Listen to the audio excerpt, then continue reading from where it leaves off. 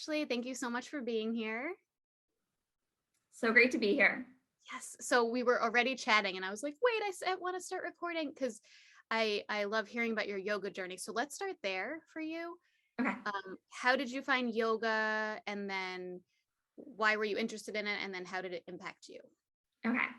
So when I was pregnant with my first, I had a lot of yoga. I had a lot of problems with my body. Biggest thing was sciatic problems.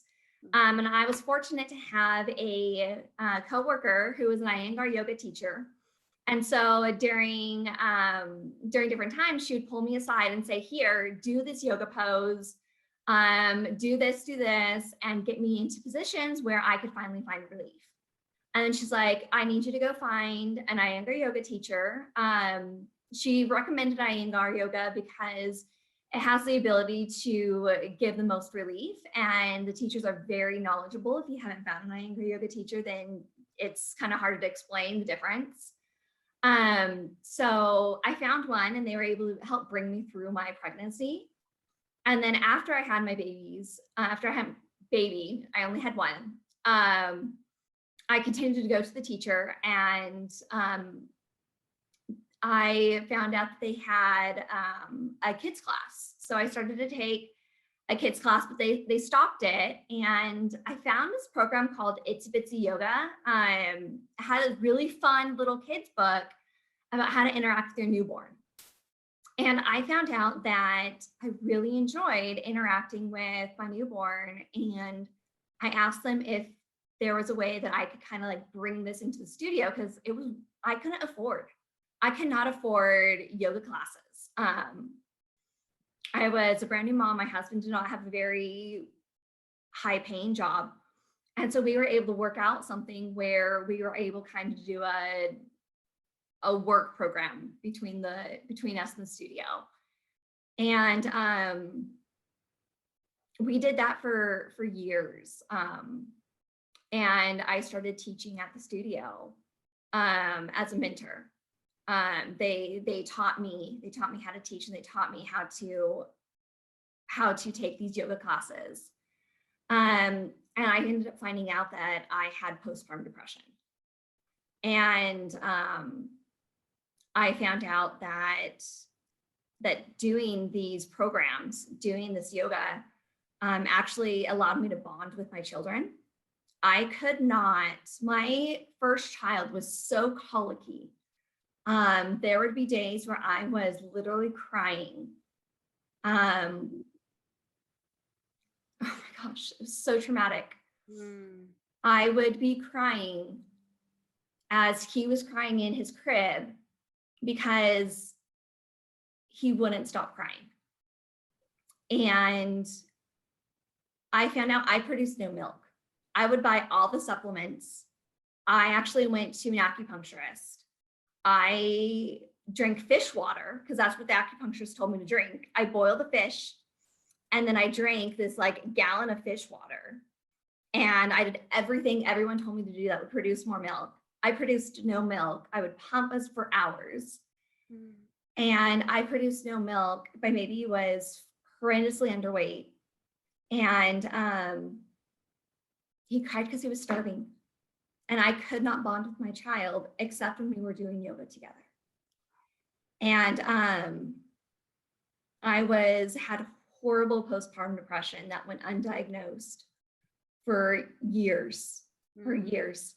And I don't know what I would have done without the yoga. I don't know what I would have done without the yoga. And for my yoga teachers that stayed by my side and helped me get through those early years with my children. Yeah. Thank you for sharing that. I can relate to so much of that. I know you have 3 children. I've got 3 children. My second was colicky as well. I can relate to that helpless overstimulation feeling. And I also have had postpartum depression. And thank you for talking about it, because while people are starting to talk about it more, it still, I think, needs a lot more awareness of what it might look like. Postpartum depression can come out in different ways for different people, and just to be aware of it I was surprised. I went to the pediatrician with my 2-month-old and I took the Edinburgh survey where it's 10 questions that they try to determine if you might be suffering from depression. And I took it quickly. And then the pediatrician came in and was like, so you scored high, you should go on medication. And I was like, whoa. I was like, first of all, what's happening? What's happening exactly? And so I grappled with it, and I spoke to friends, and I was like, I'm very aware of what depression feels like. And I don't think I have it. And I think there's also, as much as I completely believe in medication when it's helpful, it doesn't necessarily need to be the first thing you jump to. So I came up with a plan of like doing some more therapy and getting more sleep first, maybe, being sleep deprived. But anyway, I just wanted to share that because it's very interesting that I'm glad there's awareness, but there's also, I think, a pediatrician shouldn't be diagnosing a woman with postpartum depression necessarily. So the more that we can talk about it, bring awareness, and we can kind of advocate for ourselves, the better. Well, and then when it comes to, so the person who diagnosed me was my OB. Well, actually, the person who diagnosed me was my mother. My mother was the one who recognized it. She was the first one. And the way she recognized it was I was taking 8-mile walks every day. And I was shopping, spending a good $400, I don't know, every other week, buying huge things. And if I didn't get out for my 8-mile walk, then I felt like I was the worst person in the world. So I mean, I was spending 2 hours walking. This is on top of my yoga. And then my mom was finally like, something's just not quite right. Go talk to your OB. So we talked to my OB. And this was, on top of everything else that I'm doing. And we tried every other thing. We tried other things, and we finally decided, medication was probably an area. Yeah. I didn't get my medication figured out until maybe 3 years ago. We finally figured out what medication. Wow. So it's been 7 years it took me to get to the right medication. When it comes to, and in that process, I also found out I was bipolar and OCD. So, I mean, when it comes to medication, there is no one-stop shop. You figure it out, you're done. Everyone is so different. Everyone's so different. So like I said, some people may be able to figure it out and say, I need more sleep. I need to go out and go walk. That's all they need. And they can manage their postpartum depression just fine. Other people may find out, oh my gosh, I have severe anxiety. My husband has severe anxiety. They may find out they have severe anxiety. They got on one medication. He needed one medication, figured it out. His severe anxiety is perfectly handled. I know there's people like me. I've gone on 5, 6, 7 different medications, and now we're just getting it figured out. Yeah. Well, everyone's bodies are so different. Yes, exactly. That you have to figure out the right doctor to talk to. And you're right, a pediatrician should not be the one that's making that decision. Right, exactly. We all have different bodies. Right. I'm so glad that you've stuck with it and that you had the awareness to say, oh, this medication is not working for me. We need, or to advocate for yourself and say, we're all advocates. You're right. Try something else. And because a doctor, even if it's the best doctor in the world, they've got a ton of patients and they don't know you and your body like you do. So this is such a great discussion of mental health for us. So I'd love to bring it now to children. To our kids. I know you mentioned that you have children with mental health challenges, and it sounds like from day one, from when your child was a newborn, you've been integrating yoga. So I'd love to hear, when did you really first bring it to your children? Is it right away? And what has been the impact that you've seen? So because I know that I have my mental health and struggles, and my husband has mental health struggles, I was very aware and very cognizant that my children are probably going to have their own mental health struggles.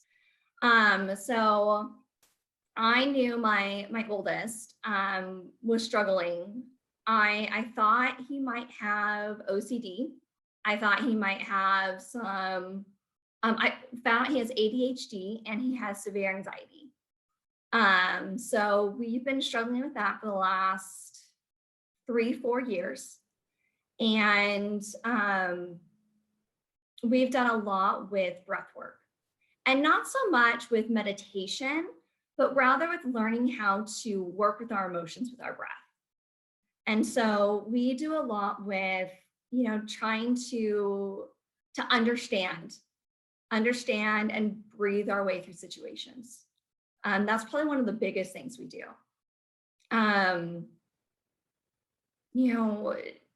Learning to accept things that, and a lot of times when we need to get through a situation, we go in and out of yoga poses. We play through yoga. That's probably the biggest thing when it comes to children and yoga. We don't do it to control a situation. We do it to play. That's the biggest thing with me and yoga and kids. It's playful. Children play. Yoga is to play. So when we do yoga, we're playing. When we do breathing, it's to help us understand what's going on around us. And that's how we approach yoga. That's how we approach it with mental health. It's to try to understand, try to help us, to be able to explain ourselves. If my kids are severely overwhelmed, then we take a couple of deep breaths to the point where we are in control of our emotions, and then we can explain to mom what's going on. That's probably the biggest way we utilize yoga. Yeah. And then if we need to, we tell stories through yoga. We, make up our own poems through yoga. We do fun things through yoga, and we explore yoga through games. Yes. Well, the breath is huge. That's like one part of yoga that I think if every kid in the world learned about breath awareness and how you breathe affects how you feel, and how if you're feeling a certain way, maybe you could tune into your breath and see what you're breathing like and maybe deepen your breath. There's just so many. It's a tool that literally everyone has because we're alive, and all you need is a body and to be alive, to breathe. So that's huge that's so great that you're showing your kids that now, right? So that they could take that with them. Whereas I know most of us teaching this, we learned it as adults. We have to kind of go back and reprogram ourselves. So that's wonderful. And then, yeah, I totally agree. It's all about playing. It's not so serious. It's bringing in the creativity and the play. So I know that you started a podcast. Is that can you tell me a little bit about that? Is the playing yoga with your kids what inspired it? It is what inspired it. It actually really started out with my daughter. She loves to talk and play about yoga. And so it started out with us just kind of talking and going through what some of her favorite things are. But she quickly got bored with talking about yoga. She just wanted to do yoga. So then it quickly turned into me creating sequences of favorite books, such as Brown Bear, and we'd go through the book and create a yoga sequence for the book. So we have books such as Brown Bear. Actually, the most popular is The Very Hungry Caterpillar.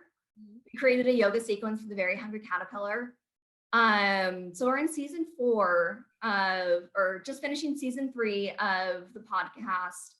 And it's just, it's the classic books that everyone loves, everyone has. And we kind of go through the books and come up with a yoga sequence that you can follow. And so as you're reading the book, you can go along and have your own little yoga sequence and read the book, have mom read the book, and you can follow along and do yoga with the book. It's another way to play with yoga as you're reading. And is it called Read and Yoga? It's Kids Read and Yoga Podcast. Yeah. Okay. And where can people find it if they're interested in? They can find it on any major podcast. Yeah. Okay. And then you can also find it on my website, readandyoga.com. Okay, wonderful. Because what I love about it is that it sounds like even if a parent isn't as familiar with yoga, that they could still listen and do this with their children, because the books you're talking about are books that probably a lot of us have or can grab from the library. So I think that's such a great introduction. And then I have a blog on my website that gives all the yoga poses and descriptions of how to do the yoga poses. So you can follow along the sequence there too. Wonderful. I love that. And with the pandemic, and I know so much screen time is just like through the roof. You know, in my house, I'm like, it's on all the time. It's nice when you can kind of say like, let's just do this where it's just audio and we can use our listening. I think it's huge right now. It's a little different. Yes. Wonderful. Well, I would love to hear for you and your kids' yoga experience, what would be a gem that you would offer to people listening who are sharing yoga with kids? What's your big piece of advice? Be patient. Don't expect you're going to sit down and have a 15-minute yoga session. Your kids may sit down and say, I want to do yoga. And then in 2 minutes, they are off and playing on their switches again. You know, you may got them for 30 seconds and do you know what? They did yoga with you, and be happy they did yoga with you. That's usually my 5-year-old's version of doing yoga with me. I love that. It's so true. It doesn't have to look a certain way, right? It could be that 30 seconds of taking a breath together. That makes a difference. Yeah, it makes a difference. They'll get there. They'll get to your 15 minutes, but right now, 30 seconds is their yoga. That was their yoga with you. I love that. I think that's a relief for a lot of people listening. Like, okay, you did enough. It didn't look like what you pictured, but for them, they're taking that with them. And like you said, you'll get there. You'll get there.